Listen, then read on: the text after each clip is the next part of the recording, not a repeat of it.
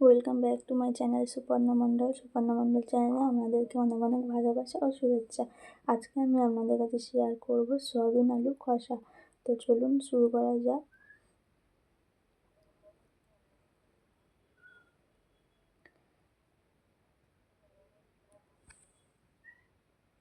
তো দেখুন, এখানে আমি 100 গ্রাম সয়াবিন নিয়ে নিয়েছি।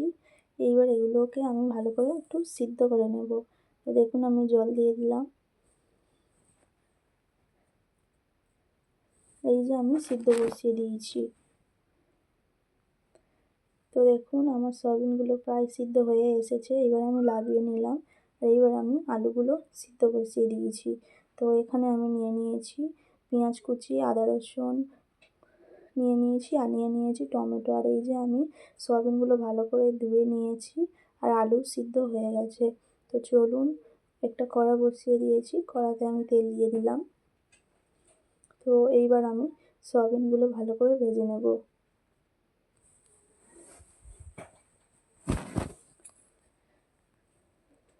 তো আমি এখানে সব সয়াবিনগুলো দিয়ে দিয়েছি।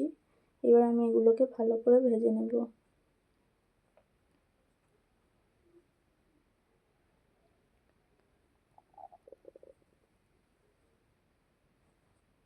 তো দেখুন, আমি এখানে একটু হলুদ গুঁড়ো দিয়ে দিলাম।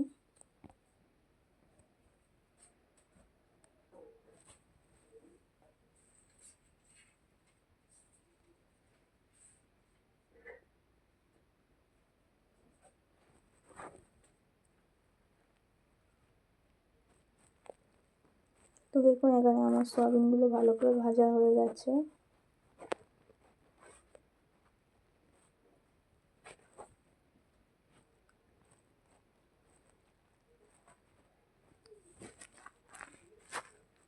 তো দেখুন, সয়াবিনগুলো ভালো ভালো করে ভাজা হয়ে গেছে। এইবার আমি তুলে নিয়েছি।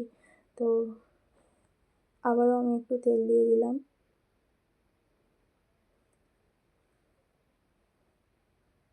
এইবার আমি পেঁয়াজ কুচিগুলো দিয়ে দেবো।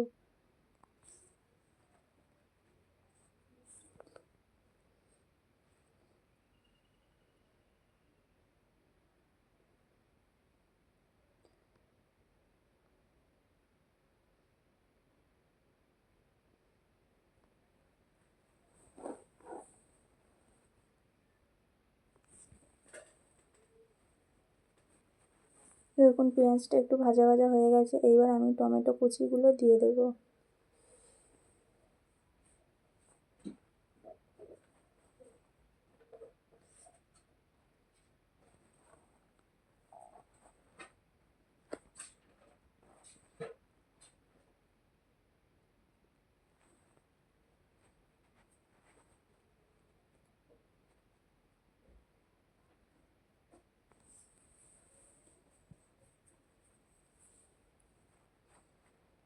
তো দেখুন, এগুলো আমার ভালো করে টমেটোর গন্ধটাও চলে গেছে, কাঁচা গন্ধটা, আর পেঁয়াজটাও ভালো করে ভাজা হয়ে গেছে। তো এইবার আমি আদা রসুন বাটাগুলো দিয়ে দেবো।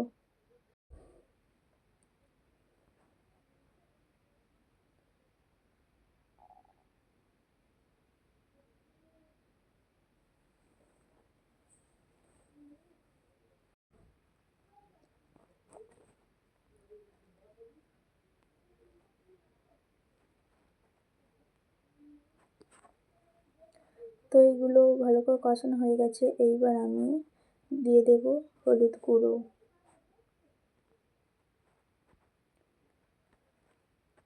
এইবার দিয়ে দেব লঙ্কা গুঁড়ো। এইবার দিয়ে দেব পরিমাণ মতো লবণ।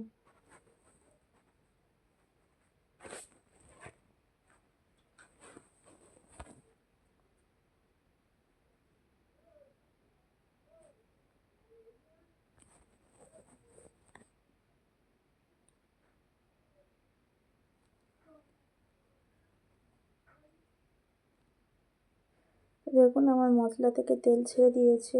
এবার আমি অল্প করে একটু জল দেব।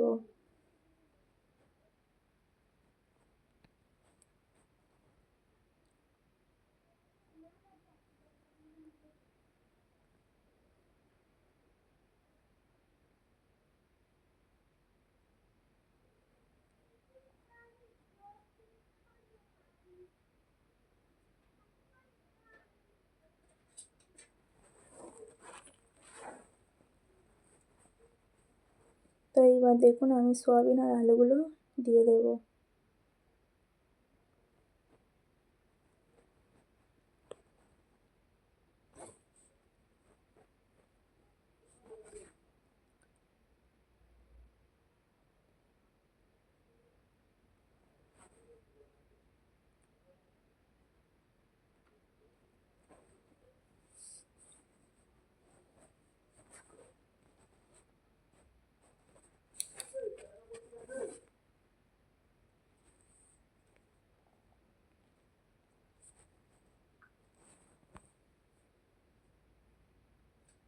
তো দেখুন আমার ভালো করে কষানো হয়ে গেছে,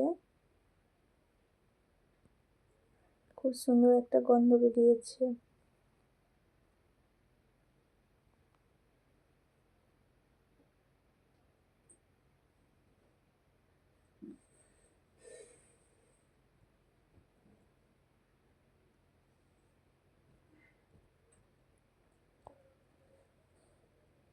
তো দেখুন আমার কষানো হয়ে গেছে, এইবার আমি নামিয়ে নেব।